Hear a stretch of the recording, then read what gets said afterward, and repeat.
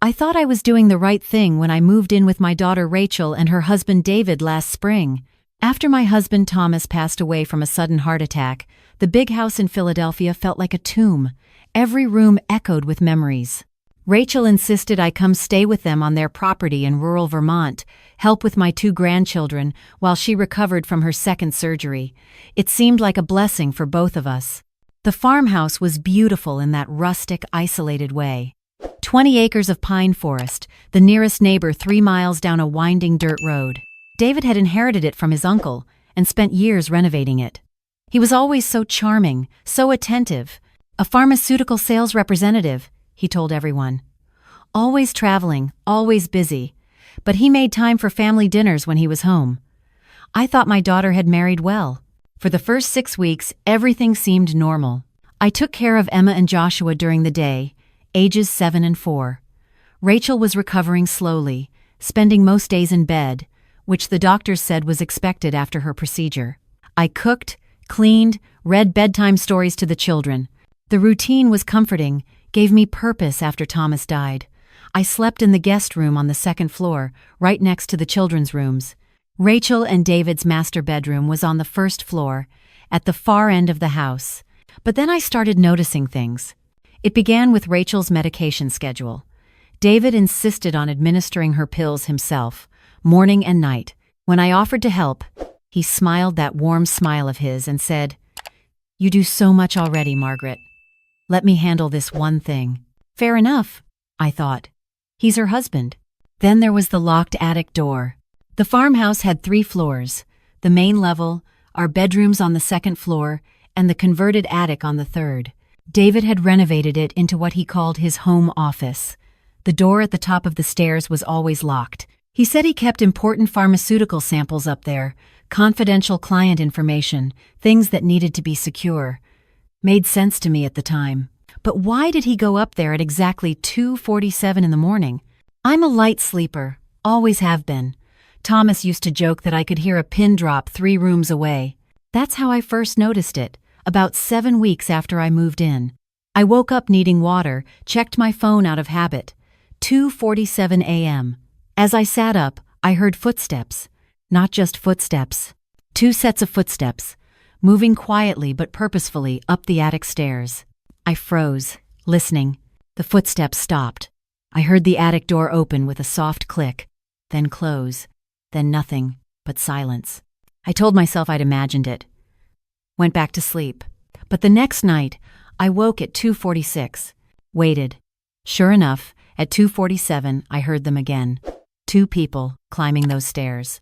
Who was the second person? I lay there in the darkness, my mind racing.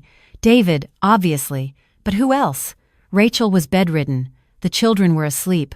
We lived miles from anyone. Was someone breaking in? But why would David go upstairs with an intruder? Was it a colleague? A client? At 2:47 in the morning? The 3rd night, I decided to investigate. I set my phone alarm for 2:30 and placed it under my pillow so only I would hear it. When it vibrated, I was already awake, my heart pounding. I slipped out of bed, grabbed Thomas's old pocket flashlight from my nightstand, and crept to my bedroom door. 2:45, 2:46, 2:47. Right on schedule, I heard David's bedroom door open downstairs. Footsteps in the hallway. Then another door opened. Rachel's recovery room? No, that was attached to the master bedroom. The sound was coming from near the kitchen. Then 2 sets of footsteps, climbing the stairs past my floor, heading to the attic. I waited until I heard the attic door close, then slipped out of my room. The 2nd floor hallway was dark except for the nightlight near the children's bathroom. I stood at the base of the attic stairs, looking up. Light seeped from under the attic door. I could hear voices. Muffled but definitely voices. David's was one of them. The other sounded male, younger. I stood there for 20 minutes, barely breathing, listening to the murmur of conversation I couldn't quite make out. Then I heard movement, and I fled back to my room just before the attic door opened. The pattern continued every single night, 2:47 a.m., without fail. I started watching David during the day, looking for clues. He was normal, pleasant, helpful. He brought Rachel her meals, administered her medication, kissed her forehead tenderly. He played with the children when he was home. Nothing seemed off. But those nightly visits to the attic haunted me. I tried talking to Rachel about it, casually. David works such long hours, even at home, I mentioned one afternoon while helping her sit up to eat lunch. He's very dedicated, she said softly. Her voice had gotten so weak since I arrived. I'd attributed it to the surgery, but now I wondered, what kind of pharmaceutical work keeps him up until 3 in the morning? I asked, trying to sound curious rather than suspicious. Rachel looked at me with glazed eyes. Does it? I sleep so soundly with these medications, I wouldn't know. She gave me a weak smile. The doctors say I need complete rest to heal properly. That's when I noticed her pill organizer on the nightstand. David had it filled for the entire week. I recognized some of the medications from Thomas's own medical issues. Blood pressure medication, pain management, but there were several I didn't recognize. Large white pills, small blue ones. What are all these for? I asked. Oh, you know, post-surgical care, antibiotics, anti-inflammatories, vitamins. David explained it all, but I can barely keep track. She yawned. I'm sorry, Mom. I'm so tired all the time. I held her hand. It felt cold, clammy. When is your next follow-up appointment with the surgeon? She looked confused. I'm not sure. David handles all that. He says I'm recovering beautifully, that the doctor is very pleased. Something twisted in my stomach. Rachel, honey, when was the last time you actually saw your doctor? She closed her eyes. I don't remember. A few weeks ago? Maybe more? David said the doctor does phone consultations now to save me the trip. She squeezed my hand weakly. I'm lucky to have him. And you? I'm so lucky. I tucked her in, kissed her forehead, and walked out of the room with my mind screaming alarm bells. That night, I didn't wait in my room. At 2:30, I positioned myself in the hallway closet near the attic stairs. It was cramped, uncomfortable, but it gave me a clear view. 2:47, like clockwork. David emerged from downstairs, but he wasn't alone. Walking beside him was a younger man I'd never seen before, mid-20s, lean, wearing surgical scrubs under a jacket. They spoke in hushed tones as they climbed past my hiding spot. The levels are exactly where we need them, the young man was saying. Another week, maybe 2, and we can proceed. Good, David replied. The buyer is getting impatient. I assured him the merchandise would be premium quality. Merchandise? They disappeared into the attic. I heard the lock click. I stood there in the dark closet, my mind refusing to process what I'd just heard. Merchandise, levels, buyer. What were they doing to my daughter? I had to know what was in that attic. The next day, while David was at work and the children were at school, I searched the house. I needed a key, or tools, or something. David kept his key ring on him always, but maybe there was a spare. I found it in his study on the main floor, in a locked drawer of his desk. The drawer wasn't hard to pick. Thomas had taught me that years ago when I locked myself out of my jewelry box. A bobby pin and patience. That's all it took. Inside the drawer, I found a spare key labeled attic on a tag. But I also found something else. A folder. A thick folder filled with medical records, but not Rachel's hospital records. These were different. Handwritten notes, lab results, schedules, and photographs. Photographs of Rachel, unconscious, with IV lines in her arms, measurements of her organs, documents with letterhead from something called Meta Harvest International, and a contract, signed by David, for the sale of compatible donor organs for the sum of $850,000. My hands shook so badly I could barely read, but I forced myself to look at every page. They were preparing to harvest my daughter's organs. The surgery she'd had 2 months ago wasn't for her health. David had taken her to a private clinic, not a hospital. The recovery medications weren't helping her heal. They were keeping her sedated, weak, compliant. The young man I'd seen was a surgical technician. The attic had been converted into a medical preparation room, and in 2 weeks, according to the schedule, they were going to perform the final extraction. I couldn't breathe. The room spun. My daughter, my beautiful daughter. He was going to kill her for money. I wanted to scream. I wanted to call the police right then, but I forced myself to think. Think, Margaret. Thomas always said in a crisis, emotions cloud judgment. Think, if I called the police now, what did I have? Documents that could be fake, a locked attic I couldn't prove anything about. David was charming, successful, had connections. He could claim I was a grieving widow, imagining things, trying to cause trouble. He could move Rachel before anyone could verify anything. I needed proof, real, undeniable proof. That night, I took the spare key. At 2 a.m., I crept to the attic stairs. My heart hammered so hard I thought it might wake the entire house. The children were asleep. Rachel was sedated as always.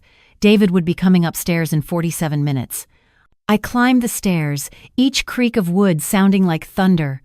At the top, I slid the key into the lock. It turned smoothly. The attic was exactly what I'd feared. The rustic farmhouse aesthetic ended at the attic door. Inside was a clinical nightmare. White walls, fluorescent lights, medical equipment that belonged in a hospital, not a home. An operating table in the center. Cabinets filled with surgical instruments. A refrigeration unit labeled transplant storage. IV stands, monitoring equipment. And in the corner, a medical gurney with restraints. I fought down nausea and started photographing everything with my phone. Every document on the desk, every piece of equipment, the restraints, the schedule on the wall that showed final procedure, September 15th circled in red. That was 10 days away. Then I heard it. Footsteps on the stairs. I'd lost track of time. It was 2:47. I shoved my phone in my pocket and looked around frantically. There was nowhere to hide. The attic was one open room. I saw a supply closet in the corner and dove for it, squeezing myself between shelves of medical supplies just as I heard the key in the lock. Told you, the timeline is firm, David was saying as they entered. We have a surgical team flying in from overseas. Everything needs to be perfect. Her kidney and liver values came back optimal today, the young man replied. The pancreas might need another week of conditioning, but the buyer specifically requested the heart and lungs. Those are ready now. They were talking about my daughter like she was livestock. I bit down on my fist to keep from making a sound. What about the old woman? The young man asked. She's been asking questions. My blood turned to ice. Margaret? David laughed. She's a non-issue. Grief-stricken widow, barely functioning. I've been putting low doses of sedative in her coffee every morning. Keeps her compliant, foggy. She suspects nothing. That's why I'd been so tired. Why my thinking had felt slow. And after the procedure? The technician asked. Rachel's death will be tragic but expected. Post-surgical complications, infection, very sad. Margaret will be devastated, probably have a breakdown. I'll suggest she move to a care facility. The children will stay with me, of course. I'm a grieving widower, very sympathetic. His voice was cold, calculated. The insurance payout alone is $3 million, plus the organ sale. Not bad for 2 years of marriage to a naive little rich girl. I'd heard enough. I waited until they left at 3:30 a.m. Then I moved. Back in my room, I didn't sleep. I planned. Every detail, every step. I couldn't just call the police. I needed to get Rachel and the children out first, get them somewhere safe, and then bring everything crashing down on David's head. But I needed help. I called my sister Linda in Boston. She'd been a prosecutor for 30 years before retiring. I told her everything, sent her the photos. Within an hour, she'd contacted a federal agent she'd worked with, someone who specialized in organ trafficking cases. He was very interested in MetaHarvest International. Apparently, they'd been trying to build a case against them for years. Don't do anything, Linda warned me. The agents are driving up tonight. They'll be there tomorrow morning to handle everything. But I couldn't wait until morning. That night, David's partner brought someone new to the attic. Through my door, I heard 3 sets of footsteps. At 3 a.m., I crept to Rachel's room. She was deeply asleep, barely conscious. I gently shook her. Rachel, honey, wake up. We need to go. Mom? Her voice was slurred. What's wrong? Everything's wrong, baby. But I'm going to fix it. Can you walk? She tried to sit up and nearly fell. I'm so dizzy. I helped her stand, wrapped her robe around her. We're going to get Emma and Joshua, and we're leaving, right now. David, she mumbled. David is not who you think he is. Trust me, Rachel, please. Maybe it was a mother's intuition, or maybe some part of her already knew something was terribly wrong. She leaned on me and nodded. Okay. I woke Emma and Joshua as quietly as I could. We're going on a surprise adventure, I whispered, but we have to be very, very quiet. Can you do that? They nodded, excited even in their sleepiness. Getting Rachel down the stairs took forever. Every creak of wood sounded like a gunshot. My car was parked out front. I'd already packed bags earlier, hidden them in the trunk. We were almost to the front door when I heard footsteps above us. Someone was coming down from the attic. Quickly, I hissed, and we stumbled out the front door into the cold night air. I got Rachel into the passenger seat, the children in the back. My hands shook as I started the engine. As I pulled away from the farmhouse, I saw David appear in the front doorway, his face a mask of rage. He ran for his truck. I drove like I'd never driven before, flying down that dark country road. Rachel was barely conscious. The children were crying in the back. And behind us, headlights were gaining ground. "Grandma, what's happening?" Emma sobbed. "Everything's going to be okay," I promised, though my voice shook. "We're safe now." David's truck was faster. He was right behind us, honking, flashing his lights. I fumbled for my phone, called Linda. "He's chasing us," I gasped. "We're on Route 14, heading toward town." "The agents are 10 minutes away," she said. "There's a state police barracks in Mountain View. Can you make it there?" "I'll make it." David's truck rammed us from behind. The car swerved. Rachel screamed. The children were crying harder now. I gripped the wheel and pushed the gas pedal to the floor. Another ram. Harder this time. My old sedan wasn't built for this. But I could see lights ahead. The town. Civilization. David pulled alongside us, trying to force us off the road. Through the window, I could see his face, twisted with fury. This wasn't the charming son-in-law I thought I knew. This was a monster who'd planned to murder my daughter and profit from her body parts. I saw the police barracks ahead, its lights blazing. I yanked the wheel hard, turning into the parking lot so fast the car tilted on two wheels. David's truck overshot, screeched to a halt. I slammed on the brakes in front of the entrance and leaned on the horn, laid on it with everything I had. Lights came on. Officers poured out. And behind David's truck, 3 black SUVs with federal plates blocked the road. The agents Linda contacted had arrived. What happened next was a blur. Officers surrounded David's truck. Federal agents swarmed the scene. Rachel was taken to a real hospital in an ambulance, with Emma and Joshua riding along. I gave my statement 7 times, showed them the photos on my phone, told them about the attic. By dawn, federal agents had raided the farmhouse and arrested David, his surgical technician, and 2 other accomplices who'd been sleeping in a converted barn behind the property. They found 5 other women in various stages of conditioning at different locations connected to MediHarvest International. The organ trafficking ring had been operating for 6 years. Rachel stayed in the hospital for 2 weeks while they flushed the sedatives and conditioning drugs from her system. The doctors said if I'd waited even a few more days, the damage might have been irreversible. As it was, she would need months of therapy, both physical and psychological.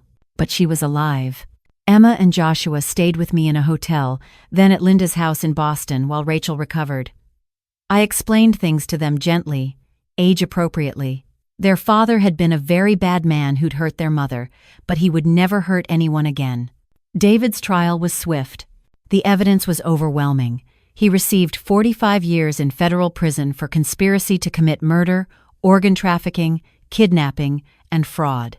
His accomplices received similar sentences. MediHarvest International was dismantled. Dozens of people were arrested worldwide. Rachel is living with me now, in a new house in a quiet suburb of Philadelphia. The farmhouse was sold, every penny going to therapy and rebuilding our lives. She's getting stronger every day. She started painting again last month, something she hadn't done since before she met David.